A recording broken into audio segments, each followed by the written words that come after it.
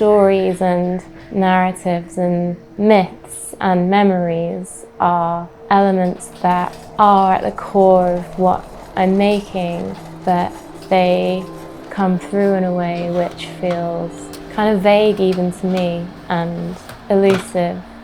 I struggle to describe how an idea becomes a piece of art because the way that I work is very nebulous.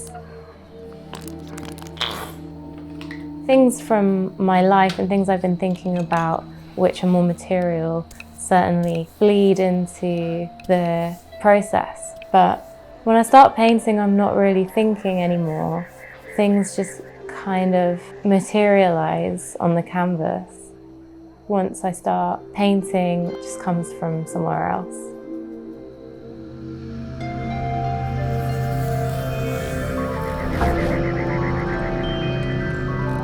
Ever since I can remember, I've been really obsessed with fantasy, literature, films, games, and in some ways the sense of escapism, and then in some ways the way that they kind of help me make sense of my life. I've always been really interested in history and stories about the past, artifacts and objects that you see in a museum, or paintings and artworks, pieces of pottery and stuff that tell a story from a time that's so far removed from any of us who are alive now that we have to fill in the gaps and imagine what life might have been like and what the people might have been thinking when they created those objects. And I'm interested in the way that mythology informs images and stories and objects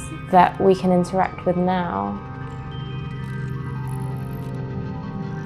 I wanted to try and describe this feeling of looking at a world and it feeling intangible.